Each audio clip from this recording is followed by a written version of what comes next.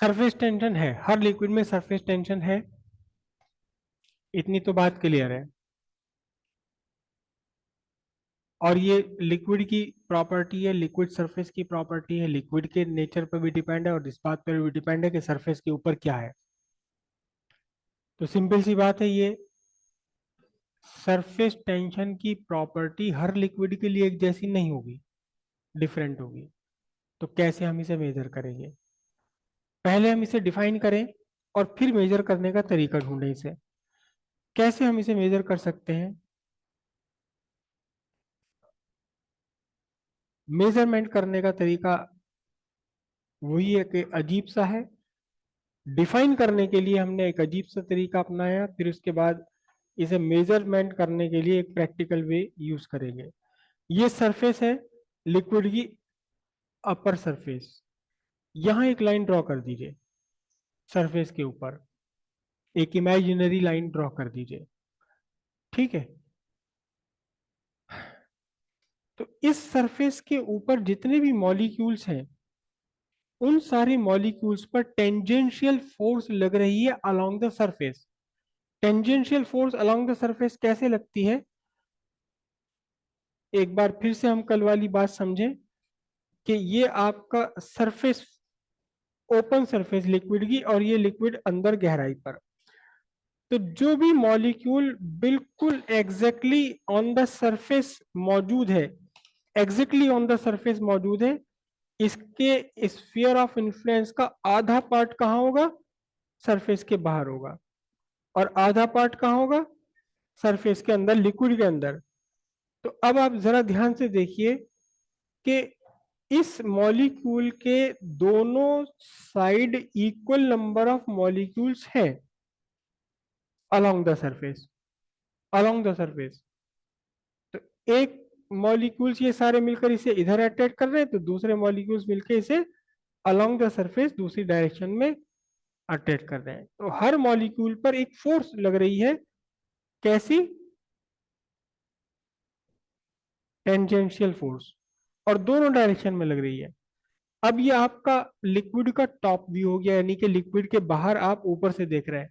आपने एक line draw करी लिक्विड की सरफेस पर, तो यहाँ जो मॉलिक्यूल्स है, इन मॉलिक्यूल्स पर फोर्स लग रही है, टेंजेंशियल फोर्स लग रही है इन मॉलिक्यूल्स पर along the surface. Tangential force लग रही है कहाँ? Along the surface. अब ये जो अलोंग द सरफेस फोर्स लग रही है, टेंजेंशियल, इस सारी फोर्स को आप मेजर कर लो, कैलकुलेट कर लो, ऑब्जर्व कर लो किसी भी तरीके से। ठीक है, ये फोर्स आपकी बनी एफ। सारी फोर्सेस का सम है ये, इन मॉलिक्यूल्स पर लगने वाली सारी फोर्सेस का सम है, टोटल फोर्स। इस टोटल फोर्स को डिवाइड कर दीजिए किससे? लेंथ से। किसकी लेंथ से? जो ये लाइन आपने ड्रॉ करी है, ये जो लाइन आपने ड्रॉ करी है एल, इस लाइन की लेंथ से आप इसे डिवाइड कर दीजिए। तो अब जो आपका रेशियो निकल कर आएगा, यही आपका मेजरमेंट है किसका? सरफेस टेंशन का। तो surface tension is defined as the force per unit length along the surface on the molecules present on the surface. Surface पर मौजूद जो मॉलिक्यूल्स हैं, उन पर along the surface per unit length जितनी फोर्स लगेगी, वही फोर्स क्या कहलाती है आपकी? क्या? तो इसकी यूनिट कितनी होगी? न्यूटन पर मीटर, क्योंकि फोर्स पर यूनिट लेंथ है ये। ठीक है, अब ये तो डिफाइन तो कर लिया हमने, लेकिन इस तरीके से कभी मेजर कर सकते हैं क्या हम? कितने पार्टिकल होंगे सरफेस पर? करोड़ों। कितनी फोर्स निकालेंगे, कैसे ऐड करेंगे? तो पॉसिबल तो नहीं है ये। तो इसे मेजर करने के लिए एक प्रैक्टिकल तरीका अलग निकाल कर लाएंगे। ठीक है, हेडिंग डालते हैं measurement of surface tension. Measurement of surface tension. Surface tension is measured by force per unit length drawn on the surface of water, drawn on the surface of liquid। एक जगह जहां आपने फोर्स पर यूनिट लेंथ लिखा ना, force से पहले एक word लिख लो, lateral force per unit length. Lateral force per unit length. Diagram draw कर लीजिए, बल्कि आप डायग्राम ड्रॉ कर लीजिए। ये आपकी जो लाइन है, इस लाइन की लेंथ है कितनी? इस लाइन की लेंथ है एल। अब यहां से हमने डिफाइन तो इसे कर दिया, लेकिन लिक्विड की सरफेस पर एक लाइन ड्रॉ करना और फिर उस पर जितने भी पार्टिकल्स आ रहे हैं, मॉलिक्यूल एटम आ रहे हैं, उन पर सारी फोर्स कैलकुलेट करना, तो ये तो पॉसिबल है नहीं। ठीक है, तो एक प्रैक्टिकल वे चाहिए हमें सरफेस टेंशन मेजर करने के लिए। सरफेस टेंशन कितना, ये बात न्यूमेरिकल वैल्यू, इसकी मैग्नीट्यूड पता लगाने के लिए हमें एक प्रैक्टिकल वे चाहिए, प्रैक्टिकल तरीका चाहिए हमें। ठीक है, अब ये प्रैक्टिकल तरीका क्या होगा, कैसे होगा? इसके लिए कल वाला वो एक्सपेरिमेंट आप माइंड में लाइए कि वायर था, वायर पे एक साइड की फिल्म तोड़ते ही वो वायर भागने लगा था, यानी सरफेस लगातार सिकुड़ने की कोशिश करती है, और अगर पॉसिबल है सरफेस को सिकुड़ना, तो जहां तक भी सिकुड़ने की पॉसिबिलिटी वहीं तक सिकुड़ जाती है। राइट, उसी से हम कैलकुलेट करेंगे, रियल में कैलकुलेट करेंगे मैग्नीट्यूड ऑफ सरफेस टेंशन। ठीक है, कैसे कैलकुलेट करेंगे, कैसे कैलकुलेट करेंगे? ये आपका एक फ्रेम, ठीक है, वही वायर वाला फ्रेम जो कल आपने देखा था, और इसके बीच में ये आपने फ्रीली मूव करने के लिए एक और वायर लिया हुआ है, ये मूव कर रहा है। ठीक है, अब आपने इस फ्रेम और वायर के बीच में एक सोप बबल या लिक्विड का एक लेयर बबल बना दिया, ये पूरा बबल बन गया, लिक्विड का बबल बन गया यहाँ। करेक्ट। अब क्योंकि ये एक लिक्विड की सरफेस बन गई, एक चीज और याद रखिएगा कि बबल में दो सरफेसेस होती है। अगर ओपन लिक्विड है आपके पास, कहीं किसी वेसल में भरा हुआ है, तो उसकी केवल एक सरफेस होगी। लेकिन उसी लिक्विड का अगर आपने बबल बना दिया है, तो दो सरफेसेस हो जाएंगी, है ना? दो साइड से वो एयर से सेपरेट हो रहा है, तो दो सरफेसेस हो गई यहाँ पर। अब ठीक, अब दो सरफेसेस हैं इसकी, क्योंकि सरफेसेस, सरफेस की प्रॉपर्टी अपने आप का अपना एरिया कम करना, अपने आप को सिकोड़ना। तो फिर क्या होगा? सरफेस टेंशन इस वायर को खींचकर वापस लाने की कोशिश में है ना? सरफेस टेंशन के कारण इस पर एक फोर्स लग जाएगा, इसको मैं लिख रहा हूं F S, force due to surface tension. कितना होगा ये force due to surface tension? इस वायर का नाम लिख लेते हैं, इस वायर का नाम लिख लेते हैं हम ए बी। तो force on wire A B due to surface tension, कितना फोर्स होगा ये? Surface tension into length of wire. यहां आपके इस वायर की लेंथ कितनी है? ये लेंथ ऑफ वायर है पूरे वायर की, एल। तो सरफेस टेंशन आपने कैसे डिफाइन किया? फोर्स पर यूनिट लेंथ, तो फोर्स कितना होगा? Surface tension into length. S, S यहाँ सरफेस, एस क्या रिप्रेजेंट करता है? एस यहाँ आपकी वैल्यू है, किसकी वैल्यू है?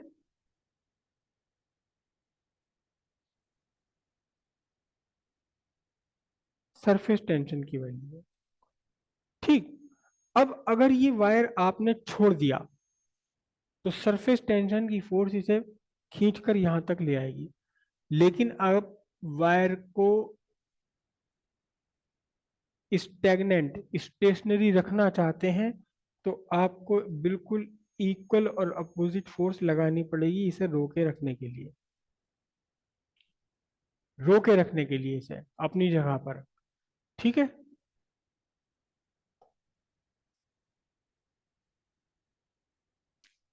Force applied to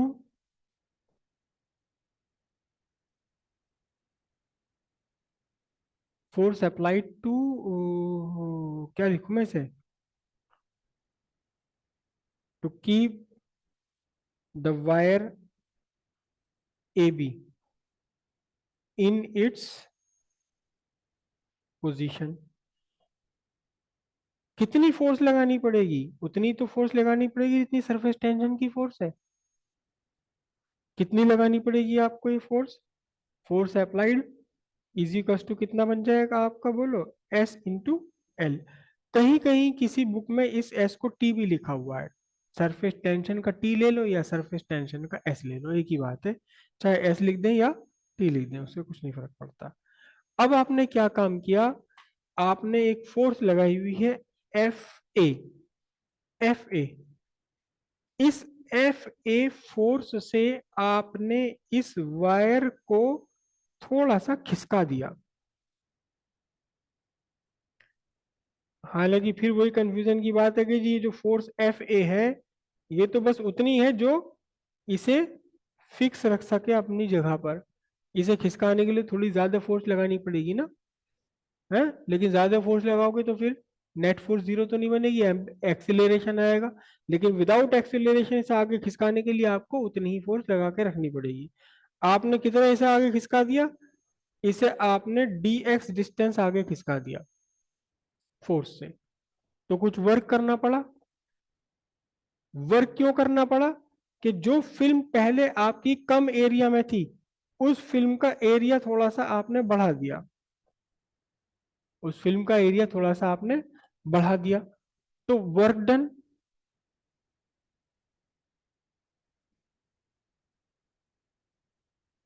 work done to move